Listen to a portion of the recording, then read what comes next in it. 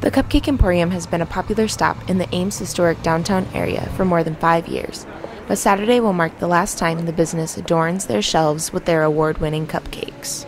The business draws in a variety of customers who are looking for a sugary fix.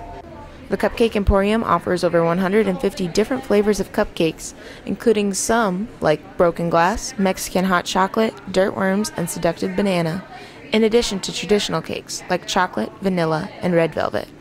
Customers can always find something that they'll like. I like coming here because I like cupcakes.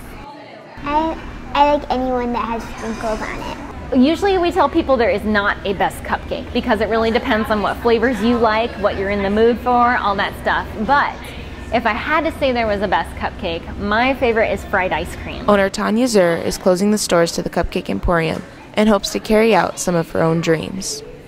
I started because one day I was sitting in the car with my friend and all we wanted was a fresh homemade cupcake.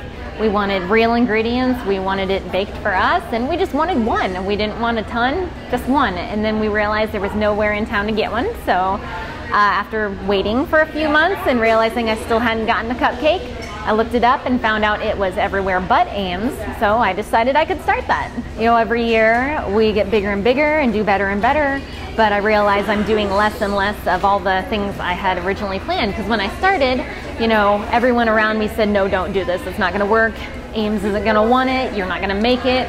So, you know, I was hoping for 6 months, but really crossing my fingers for a year because that's how long the lease was.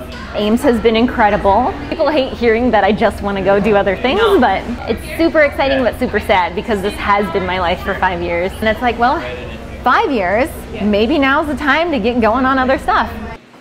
For ISU TV, this has been Megan Gilbert.